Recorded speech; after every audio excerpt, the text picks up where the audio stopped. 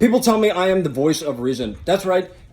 Even people I lived with, in college and high school, friends that I knew well and lived with. That's right. Friends say I'm the voice of reason. People say I am the voice of reason because I am. That's right. I think a lot of people say it actually, and a lot of people think it, but they don't necessarily say it. I said it in my book. So a lot of people read that. A lot of people that read my book didn't mention that they read my book, which is uncool behavior. It's you could compare it to stalking. To look at all my not a criminal offense of stalking, of course, but it's technically uncouth behavior, kind of stalking. Technically, read their book and not tell them, pretend like you didn't. You got to secretly know something. I guess you can't, be real. That's just not cool. Anyways, boom, boom, boom, boom, boom, boom, boom. It could mean that somebody's really insecure. It could mean that they're trying to harbor some kind of negative intentions. They're trying to gain a little bit of an angle on things here or something. Anyways, when people look at my social media, all my YouTube channel and everything, social media, please do let me know. It's uncool. It's weird behavior to do all that. And not either, to say something. You're supposed to say something. Hey, I checked out your YouTube channel. It's not normal to watch somebody's whole YouTube channel, read their book, look at their entire Instagram, okay, and not say anything or deny it. That is weird behavior, everybody. Okay, so let's talk about what cool is. That's right. People tell me I am the most normal guy on planet Earth. That's right. They say it all the time. The most normal person, man, I've ever met. People say it all the time, okay? People think I'm very normal. I'm so normal, I can define normal. Maybe it is because I'm smarter than people expected. I genuinely can define normal, and we could talk about that. I like ethics. We could talk about ethics for days. I was very good at it. University of Virginia, semester at sea, I knew I was a philosophical genius. It was proven through University of Virginia on semester at sea, highly intelligent students on that ship. That's right. So anyways, I define normal. I can define normal, and I do. The smart normal people in the world, like TV hosts, usually actors, or just entertainment TV hosts, more a presenter. Usually people on TV are good at being normal and saying they're intelligent and they're normal. They understand what normal is. They're highly intelligent and normal, and that's why they're on TV. Okay, so that's why I'm on TV. Everybody, TV hosts, people on TV get paid a lot of money. It makes sense for people to know who you are and get paid a lot of money. That's right, and it just does, obviously. So TV hosts, often make like $1 million a day or so, or more. They may make like $10 million a day. They make a lot of money on TV. Okay, money's when you're so smart, money almost becomes. It's just not that serious. It moves. Well, anyways, smart people, they can move it around.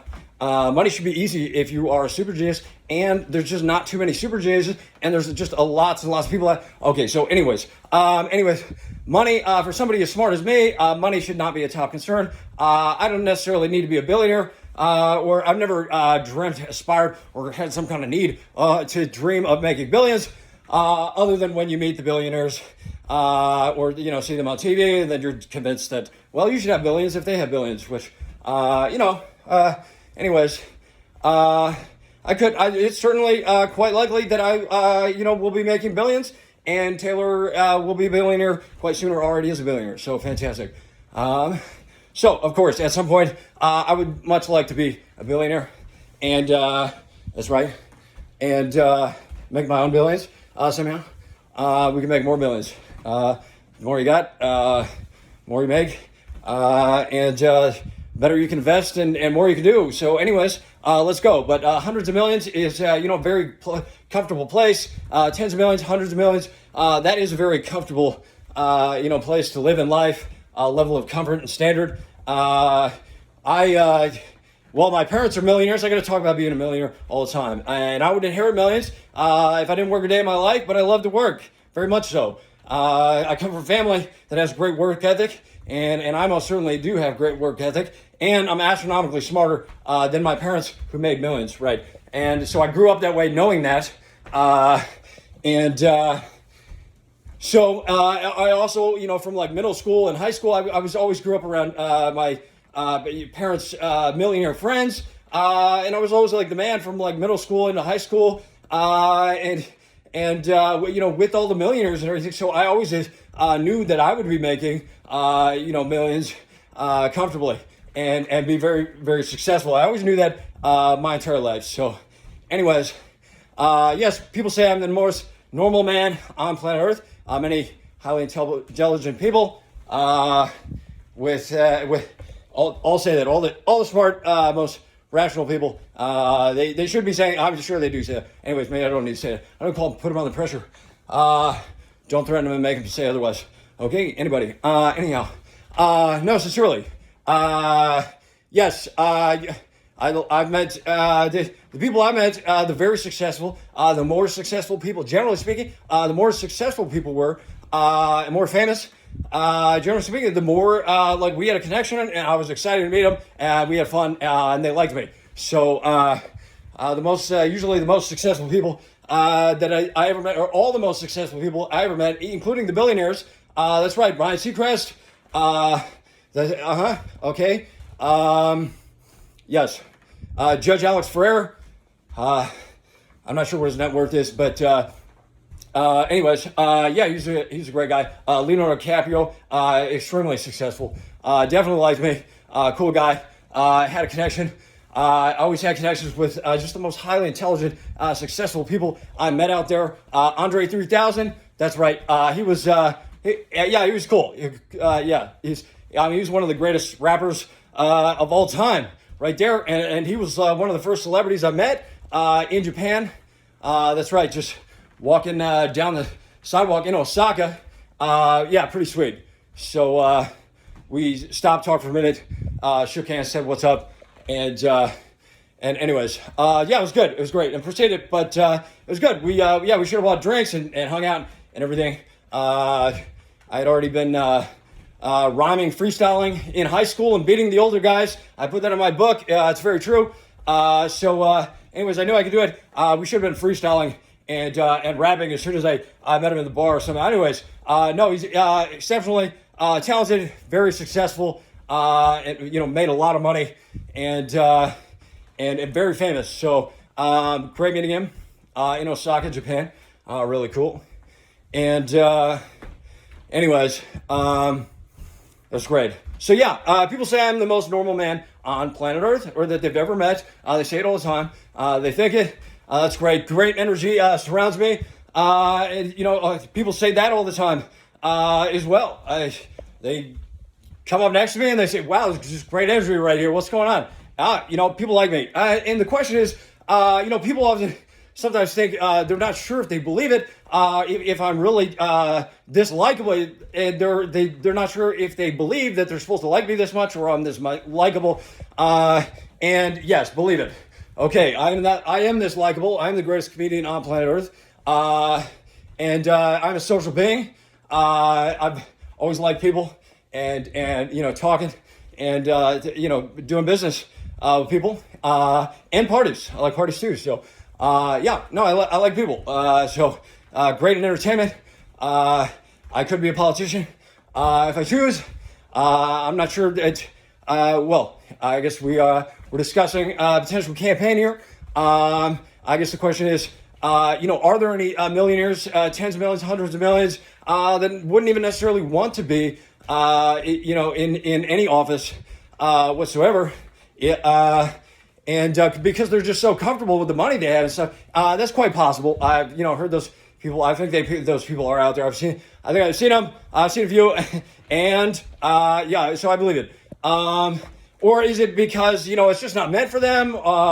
They, even if they could probably do it, maybe they could do it, but it would just be uncomfortable. It wouldn't even be worth it for them, because comfort, quality of life, pursuit of happiness, comfort is extremely important, everybody. That's like paramount for most people, even the highly intelligent. It's just they have different standards to be comfortable, but comfort is very important. Very, very important.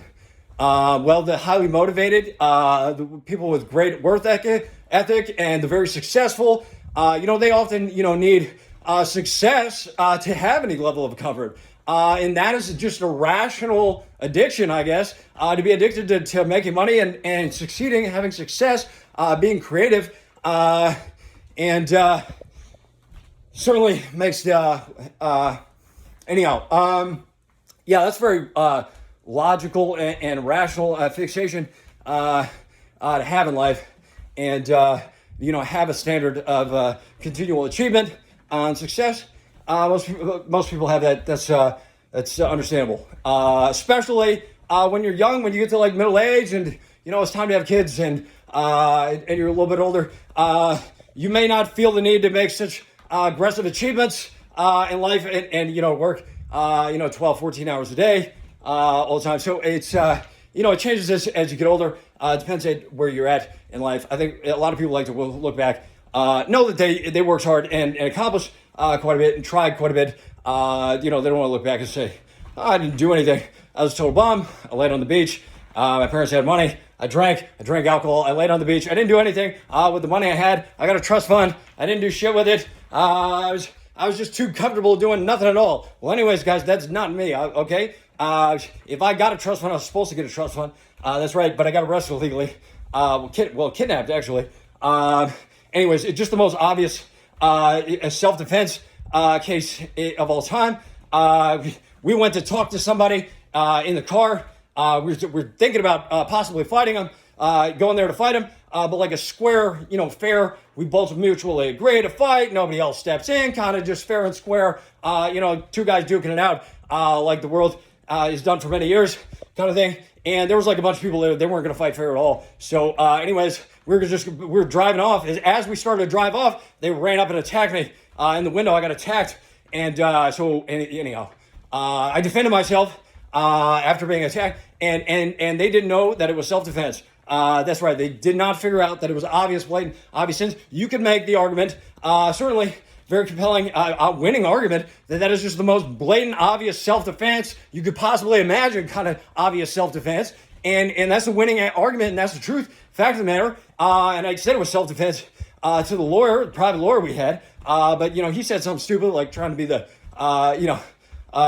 trying to be the man or something. He said something stupid, like, oh, you drove there. Oh, yeah, it's not self-defense. Oh, no. Oh, we drove there to talk. Oh, we were driving. We were leaving. Literally, we were driving away in the car, and they ran up and attacked us in the window, okay? You can't tell people that they got to act like bitches, which is what this is about.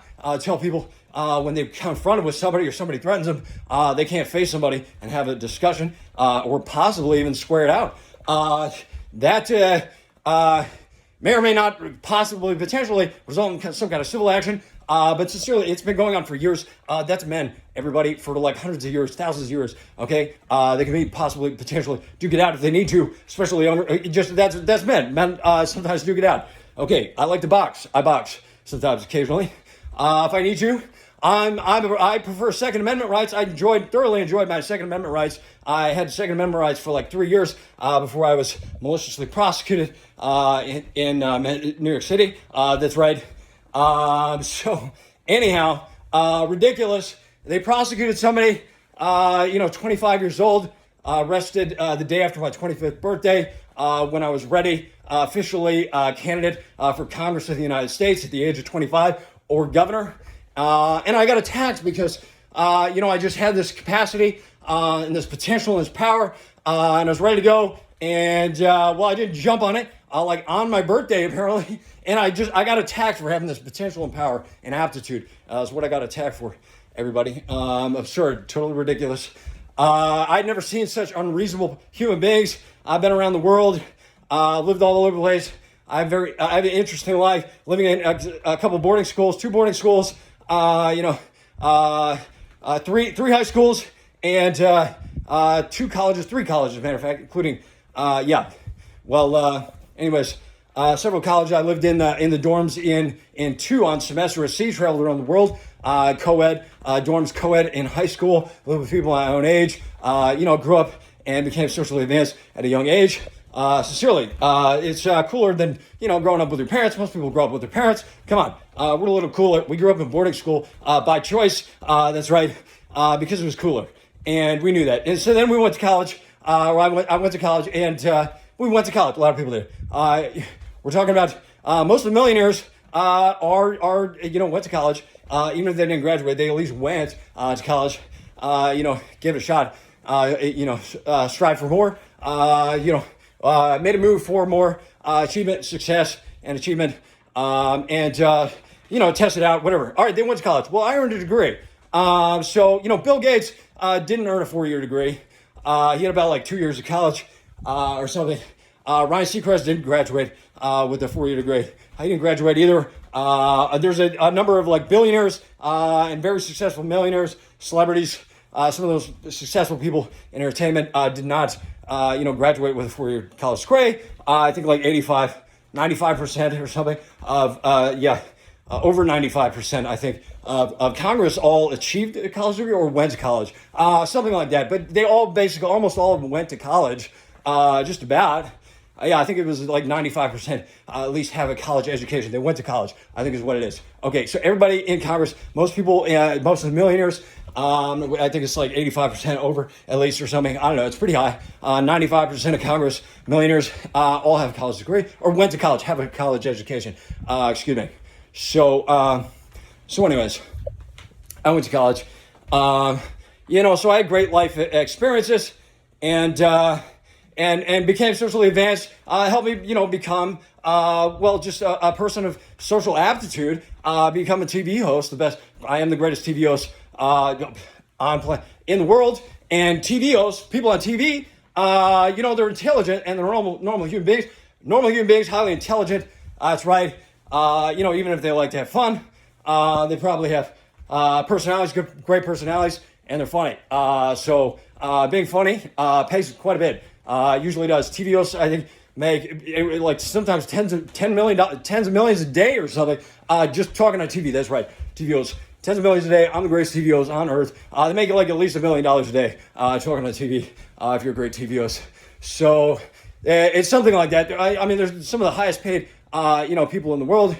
Anyways, I've been all around the world, and I had never seen people so unreasonable. As the obscenity that I was being proud, the unreasonable prosecutions, absurdity by malicious prosecutions that I faced. I was always a nice guy. Everybody likes me. Everybody likes a millionaire. I got to go around telling people that I'm a millionaire. I grew up in a millionaire family. I would inherit millions if I didn't work at all, but I like to work and achieve things. I like to work. So I always strive for higher, and I always plan to be very successful, and I was always willing to work for it, and I still am. And I have a college degree, and that symbolizes somebody who's willing to work and succeed, and wants to work hard and succeed, sets objectives, sticks them out and achieves them. So anyways, I'd never seen such unreasonable people. If they were trying to intimidate me, pressure me into, signing a plea bargain for something that, I didn't do. I was in my legal rights. When somebody else attacked me, you can't get any more ridiculous than attacking a man who's just going to his apartment, minding his own business. That's absurd. You attack somebody minding their own business on their own property. Somebody's way, way, way out of line here. That's a big mistake. Then he got arrested. Whoa, that's like accessory to kidnapping now. Now it's like a really big deal and a big offense. Anyways, they could have just like knocked a month off rent and apologized or something and been nice. Maybe they're not good at being nice. I'm great at it. They didn't know that. So anyways, that's absurd. I mean, I've seen the legal system of the government, work like that in third world countries. In Mexico, they're probably not third. I don't think they're third world anymore, are they? I don't know. Okay, anyways, Mexico is one example, and in third world countries. So anyways, that's right. But I had never seen anything like that in the United States. Been around the world, 20 countries. Had all these life experiences, education, living with people my own age in college, a number of places around the country. I traveled all over the country. I've been to almost all the states and everything, and around the world, 20 countries. That's right. And I think 6 of the continents. Australia, Asia, Europe. That's right. And I think we may have stopped off in South America one time, but we didn't really stay there. North America, Australia, Asia, Europe, South America. Okay, so anyways, That's 1, 2, 3, 4, 5. That's 5. And there's 7. Okay, I didn't. I went to Africa too. Okay, so I went to 6 of the 7 continents, right? 1, 2, 3, 4, 5, 6. I went to 6 of the 7 continents. That's right. Okay, so anyhow, yeah, I've been all around. I've never seen anything so ridiculous. I know in Mexico, that may be the way things work down there. They probably don't even like to admit it or anybody to know. The stuff like that goes on, or that's the way things may work. Anyhow, even the third world countries are embarrassed to admit that kind of thing goes on. In those places. So I never seen anything like that in the United States. I actually represented myself twice in California for a traffic violation, dismissed. That's right. And another one, it was another traffic violation. Anyways, there was also dismissed. So I just walked in the court. I got a valid argument and possibly present evidence. One of the times I did present evidence. The other time I just had like a logical argument, just used my word of mouth, and the charge was dismissed because it was just like, the officer said this or you said that. It was just kind of, he said, she said kind of thing, and they threw it out. The other one, I just had paperwork, to show that, something was valid. Apparently in California, they like assign people like their own California driver's license number when they never went to the DMV and signed up for one. So anyways, there was some kind of confusion there. I had a Florida license, still had a Florida license at that time. And Florida license, you can get on the computer and check it, and it just says valid. I printed it off. I went in court. Everything was good status. And they dismissed the charges. What do you know? That's a rational world. That's what I'm familiar with. I'd never seen anything so absurd, unreasonable as the malicious prosecutions that I faced, after, going to the East Coast. Totally absurd. Went to New York City, totally absurd. So in a rational society, obviously the thing to do in society, is prosecutors evaluate what police have done, and then judges evaluate, what a prosecutor does, kind of thing. And if anybody's not didn't do something right, if anything's wrong, they got to throw it out. And so that's not what they did on the East Coast. Totally absurd. That is, how it works in a rational, healthy society with a government that's doing their job. Everybody's doing their job. Things function the way they should. That's how it works. They just somebody did something wrong, they got to throw it out. And doing something wrong likely means, you shouldn't have been arrested in the first place. Sometimes you should have been arrested, and they still do something wrong, and they still got to throw it out. Oftentimes, that's very oftentimes the case. However, on the East Coast, I shouldn't have been arrested at all in the first place, and it's that obvious. Massively, astronomically, I argue in my book, like hundreds of thousands of percent against the evidence or something. Tens of thousands, hundreds of thousands, I think like 100,000% against the weight of the evidence. That's right. I mean, totally absurd, ridiculous, backwards, malicious prosecution, totally obscene. And then, the same thing happened in Arizona, after it happened on the East Coast. I mean, it's totally ridiculous. Like it followed me, or, whatever, or that's just Arizona. Whatever it is, everybody, totally absurd. Arizona, people go down there just to mind their own business or hang out in the heat. They may not pay attention to the government. The government's not paying attention to the government. What happened in Arizona, everybody? That was a blatant malicious prosecution, proved beyond a reasonable doubt, no probable cause. That's right. I should have been released immediately. I shouldn't have been arrested in the first place. I shouldn't have been stopped in the first place. Definitely shouldn't have been assaulted. Definitely should have been arrested. And definitely should have been released immediately, everybody. So I think everybody will agree with all of those.